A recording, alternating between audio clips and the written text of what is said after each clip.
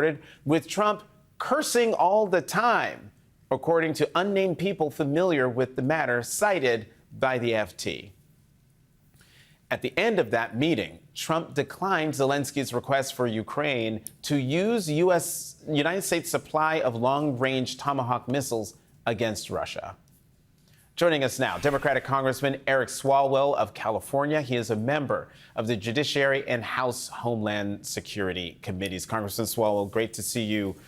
You too, John. Trump is now telling reporters the best way to end the war with Russia is to give away Ukrainian land to Putin. Isn't this exactly what Putin wants? Look, last week, Trump said that perhaps Zelensky was going to get Tomahawk missiles, and then Daddy Putin called him and said that he had spoken out of school. And now Trump looks quite weak. He's not able to deliver on what he promised to Zelensky. For Americans, we look like we're leaving our friends in the fields, and our allies, again, are scratching their head, wondering if we're really committed to the cause of democracy. But at the end of the day, Jonathan, Donald Trump said this conflict would end on day one. We are approaching day 300. We are no closer. He thinks he deserves a Nobel Prize. He deserves nothing. He is weak. He's failed in this effort. Ukraine, again, is threatened. Democracy is on the line, and the American presidency and its ability, to deliver remains in question to people who are counting on us. Let's switch gears to the shutdown. Democratic leader Hakeem Jeffries said that he spoke with Speaker Johnson over the weekend. What do you know about where the shutdown stands? People are hurting. And they know that Republicans run the White House, the Senate, and the House. They could open up the Congress and have us negotiate, but they won't do it for a couple of reasons. First and foremost, they know the second they do it, they have to vote on releasing the Epstein files, which means admitting just how close Donald Trump is to the most notorious child sex trafficker. So Mike Johnson right now stands as a pedophile protector. That's what he's doing by protecting Jeffrey Epstein's legacy and history from becoming more public. But second, Jonathan, as we approach open enrollment, where most Americans find out what their health insurance premiums are going to cost every month, Republicans refuse to put back in place subsidies that make sure low income and middle class Americans can afford health insurance. And if you're not a low income or middle class American, Jonathan, you're still affected, because the way health insurance works is the more people who are insured, the less that we all pay. So Republicans don't want to work, have closed down Congress, have closed down the federal government, aren't paying federal workers, and most Americans are going to pay more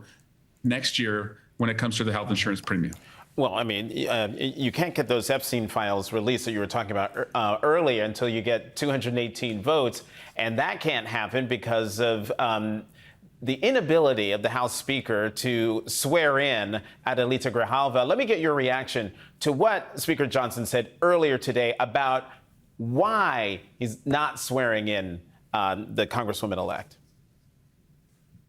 I will administer the oath to her, I hope on the first day we come back, legislative session. I'm willing and anxious to do that. In the meantime, instead of doing TikTok videos, she should be serving her constituents.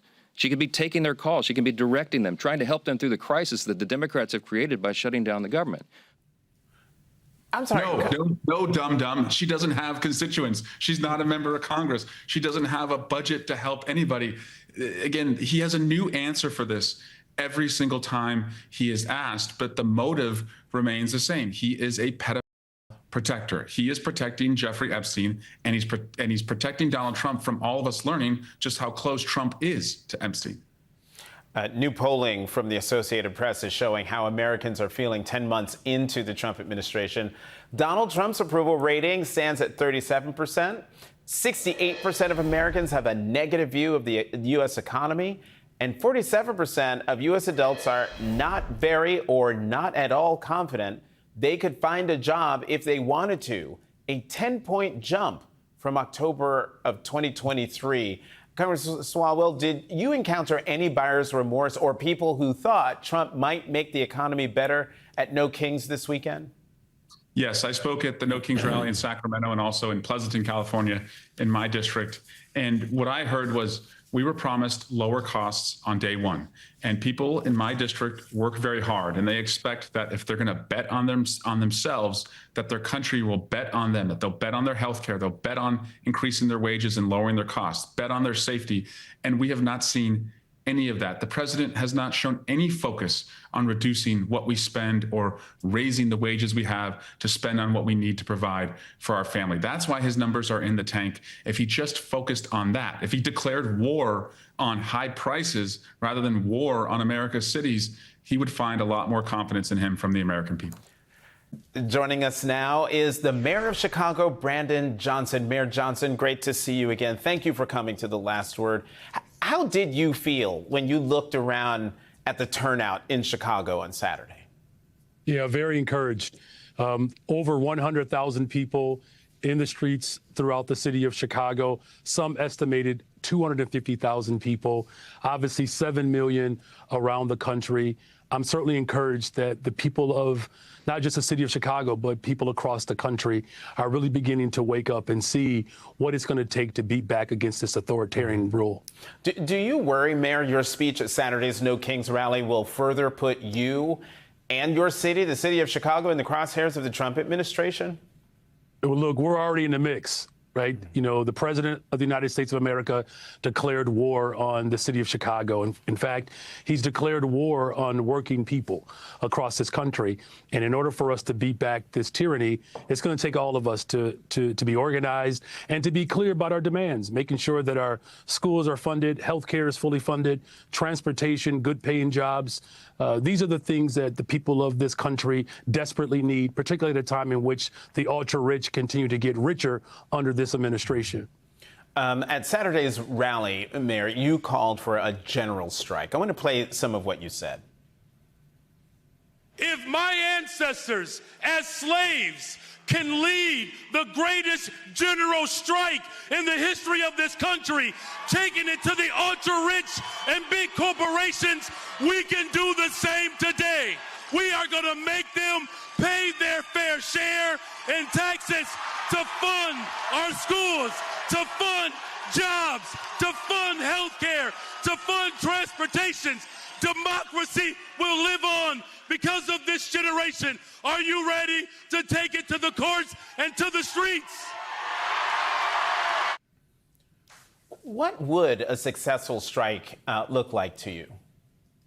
Well, first of all, if there was ever a time for working people to unite across our country, this is that time. You know, I'm reminded of the words of Dr. King when he said that if the labor rights movement and the civil rights movement were to ever collide, what enormous potential we would have. And we're in the midst of that right now. What it means is that working people across this country have to send a real strong message to the ultra rich and to these large corporations who have received, you know, one of the greatest tax cuts and benefits than any other time in the history of our country.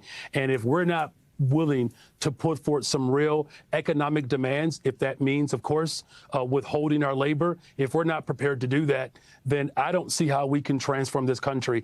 Every single major social movement throughout our history had a full strategy, whether it was litigation, the courts, and also economic boycott, particularly at a time in which the concentration of wealth continues to grow while more and more people continue to barely have the ends meeting at the end of each week and at the end of each month.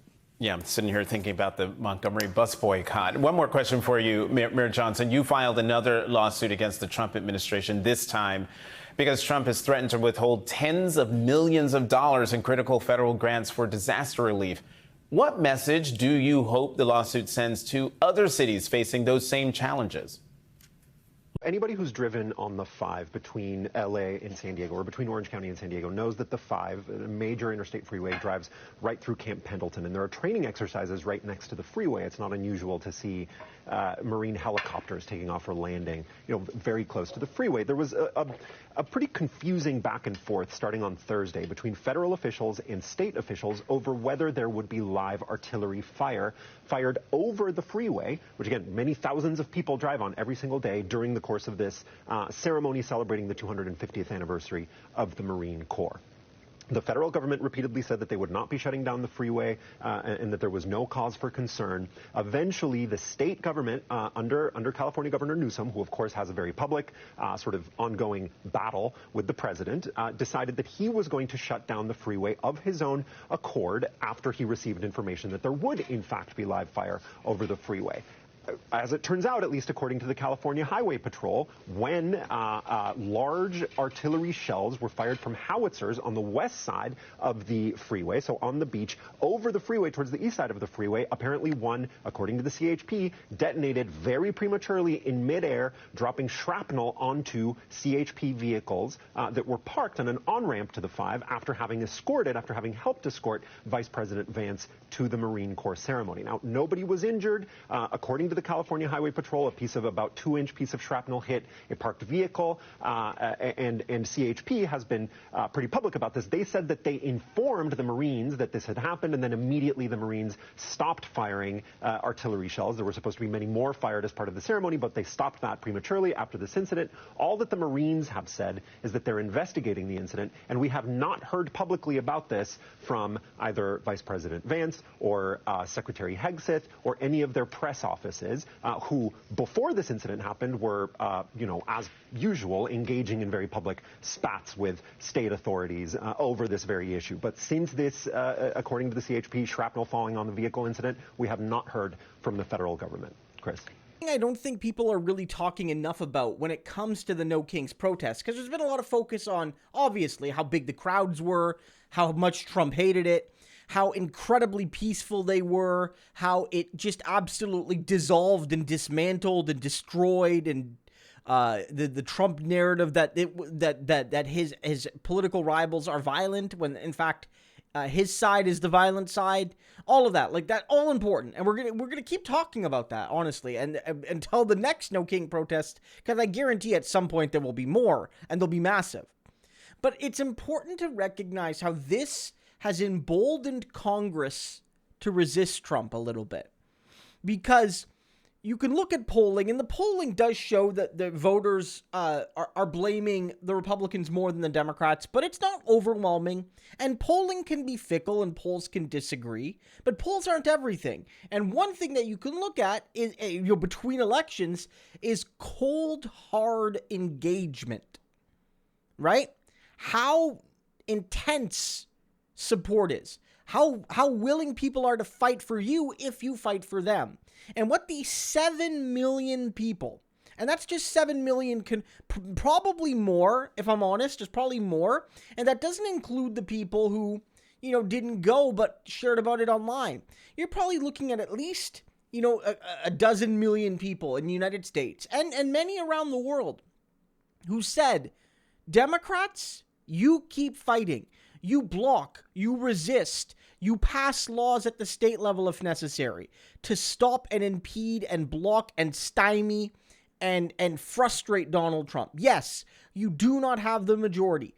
The Republicans control all 3 branches of the federal, they control the House, they control the Senate, they control the presidency, but you can still, in ways big and small from time to time, gum up the works until the midterms.